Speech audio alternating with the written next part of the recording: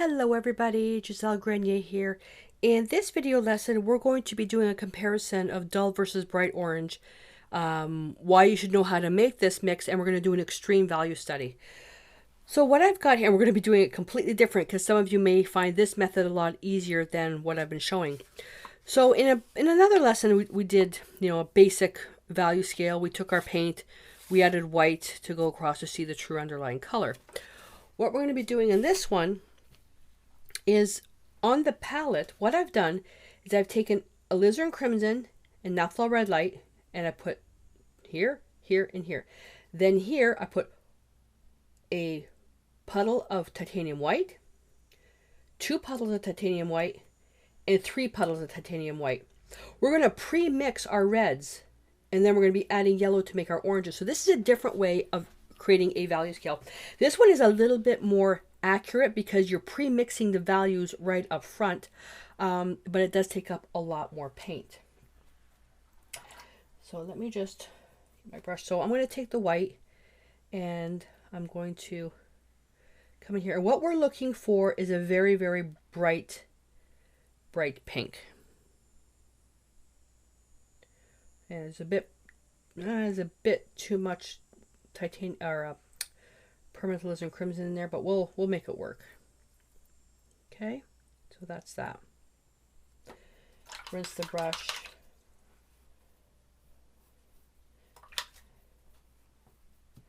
And then take some naphthol red light. Come in here. I should have did it the other way. This is a bit tight. So we're creating our values right up front, and then we're going to shift it with the paint. Now I'm only going to use Hansa Yellow Light for this, and I'm using the Decor Traditions. I'm only going to use Hansa Yellow Light for this because you can, experiment with whatever yellows you have, and it'll be easy for you to do. So now we've got 2 parts of white, so I'm going to take alizarin crimson and mix that up. So what we're looking for now, we're looking for something that's much, much lighter than this.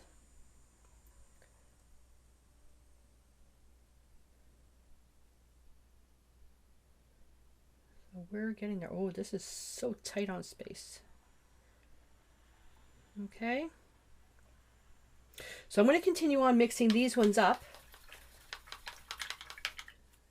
And while I'm doing that, you can choose to watch the video and hold, then do the exercises, or mix them up now as you go.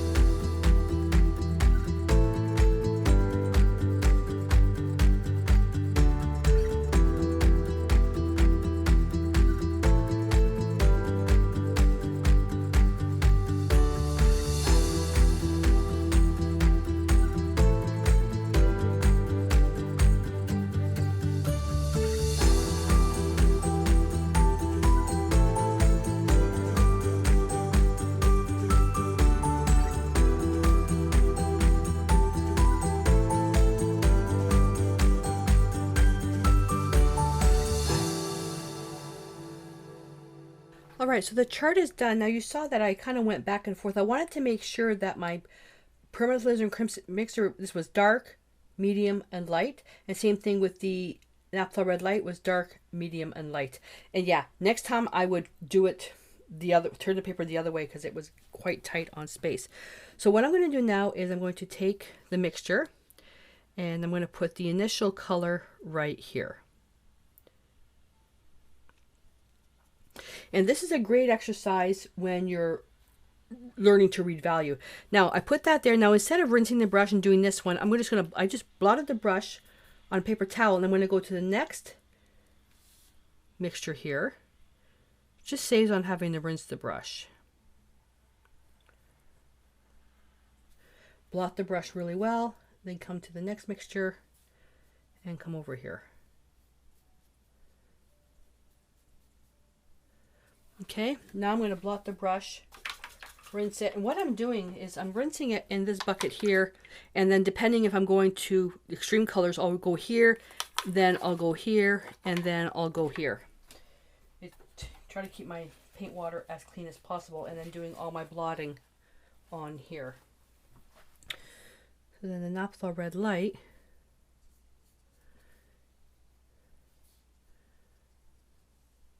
so you can see the differences. You can really see the differences. So we're working strictly with values in this one here. We're not worrying about the raw mix. Now this one's, I'll have to see on the camera. Yeah, that is a little bit lighter.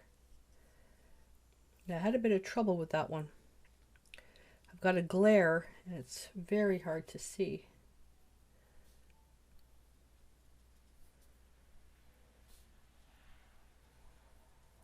There we go.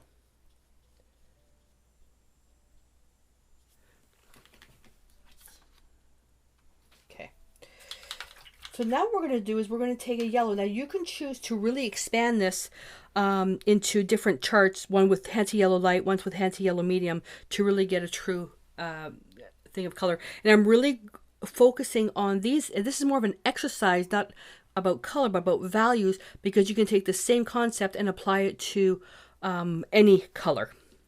So we're going to take the permanent alizarin crimson with titanium white. And when I say one PAC, it's one permanent alizarin crimson, one titanium white. It's really not that. It's a touch. These are touches because we didn't do equal amounts. So I'm going to go T equals touch. 1 equals puddle. We all have our different ways of mixing, but you saw how I mix it, so you can follow that as well. Now, what color do we add first? Do we take the yellow first and then add the pink, or take the pink and then add the yellow? I'm going to take the pink and add the yellow. Just a speck more. And I got really cheap on the paint, so I'm going to have to pick up a bit more. Actually, you know what I should have done? I'm so stupid. Let's mix it right in here. So I'm going to take yellow, and I'll mix it right over here. All right, so that's, oh, that's really pretty. And this is the first time I've taught it doing this way, so this is going to be an interesting thing for me as well. Okay, now I'm going to take another blob of yellow, go in here. So we're not having to make the mixture and then add white. The white is already there.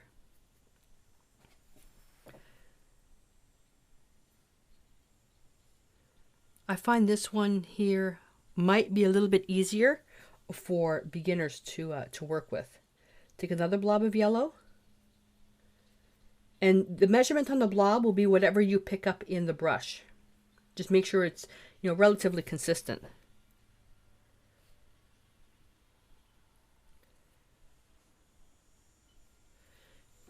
Do you know what that looks like? Looks a little bit like yellow ochre, or the yellow oxide. Okay, and take another blob. And basically what you can do is use up all your yellow. Now what's happening, oh, the landscapers are here. What's happening is the mixture is getting brighter and brighter and brighter.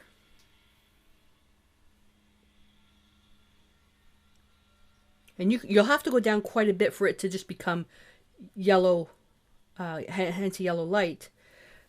But you get the point that I'm making.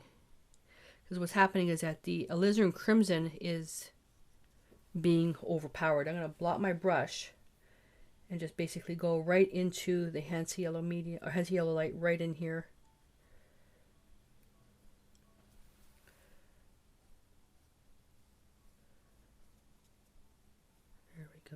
And what you'll also see as you start working your way down, the paints become more transparent because you're adding more of a transparent color to the mixture. Even though there's a bit of white in it, you're adding more and more of the yellow.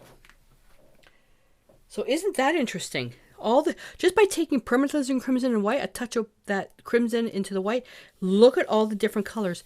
And this is core colors in the palette. You don't have to go out and buy these colors now that you know how to make them. All right, so I'm going to go ahead and do the rest of the charts the exact same way. and I'll speed up the video a little bit because you already saw how detailed the process was. I'll do the rest, speed up the video, and then we come back, we'll talk a little bit more about any observations that we might have.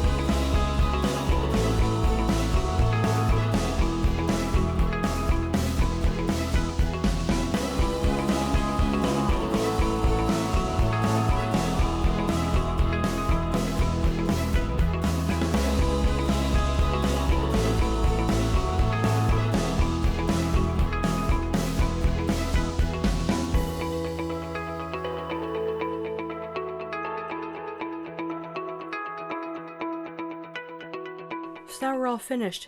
What's the one thing that you noticed as I started adding the yellow? The yellow really tended to overpower on the first shot, and the yellow really overpowered the mixtures with the naphthol red light because that's a red that already leans towards orange. The mixtures that I like the most for the ruddiness are all the ones with permanent alizarin crimson, because that leans more towards violet. And if we get our color wheel, I added some lines, so permanent alizarin crimson's here, and it's opposite on the color wheel to Hansa yellow light, well, depending on manufacturers you use. So that's why the mixture is dull. But when we get to using the naphthol red light, which is here, and Hansa yellow light, it's already, naphthol red light leans towards orange, which has yellow in it, even though it has a little bit of green, which is why it's a little bit ruddier. But as we get to, getting into where we're adding more white to get the lighter values, when it gets down to right about here, this area here, the yellow is just obliterating the previous mixture because you're getting more transparent paints in there. It's becoming more transparent. So the white is being weeded out and the red is being weeded out as well because we use such a small amount of red to the ratio of the yellow. Another way you can experiment with this now is, and I'll just do one square here on the side just to give you, this is your bonus challenge. So you're going to do the same thing. Let's see, if I were just to take, I'll go right in here, take the permanent alizarin crimson. You're going to do the same thing, but you're going to, instead of adding much more yellow, you're going to start off with a very, very strong red. And you're going to end up with that, or even stronger than that. Let's make it stronger than that. Start off with a really, really strong red. And then you'll be able to make your scale much, much longer. Okay, so your top color. So when you have this mixture, this is going to be really, really, really, really dark. It would be something like, oh, let me just take this white here.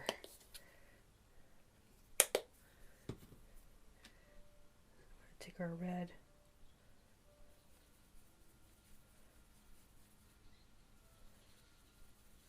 Start off with something like this. If you have like big paper, or just make another chart. And then to this, you're going to, so you got more red with white. Then to this, you're going to add a little bit of yellow. And then we'll just go over this one. Then you're going to add a bit more yellow. So you can see that the colors are much different. Well, you can see there was more white in that one. Add a lot more yellow so we can get something going here. See? A lot more yellow. See the difference when there's very little white in it. And then once you do that, you can then, you know, if you wanted to take white on your dirty brush and do something on the side. You can spend hours doing color mixing. I swear, I absolutely love doing this because every time I do it, because my mixtures are never the same. I don't use measuring spoons or anything like that. I don't use like formulas per se, like 1/4 teaspoon this and 1/4 teaspoon that. The colors are always different. And this is a great exercise if you're not really in the mood to paint, but you could use some help learning about color. It's just a great way to challenge your skills. See? You can do it that way as well. So this one is,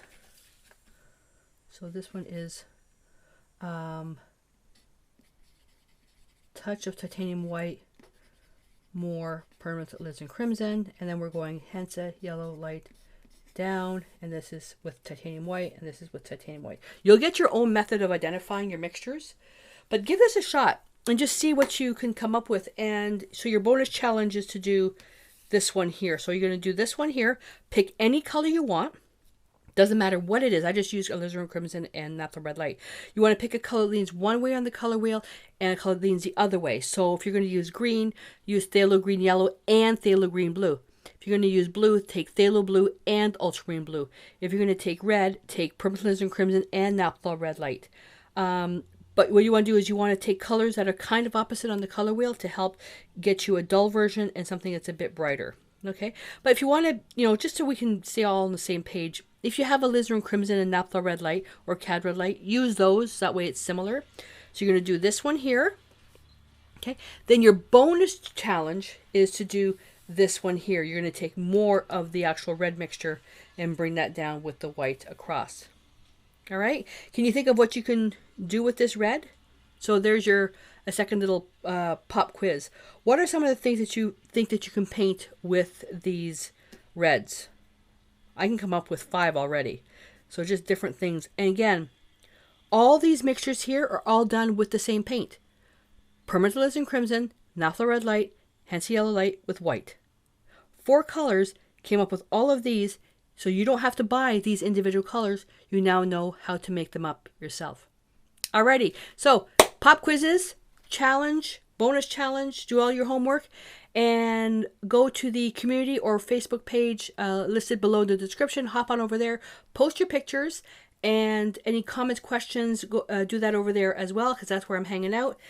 And I think we're ready to actually come up with our bonus challenge painting. So you're going to take everything you've learned so far, and now we are going to apply it to an actual painting. So I look forward to seeing you in that video, and until then, stay inspired.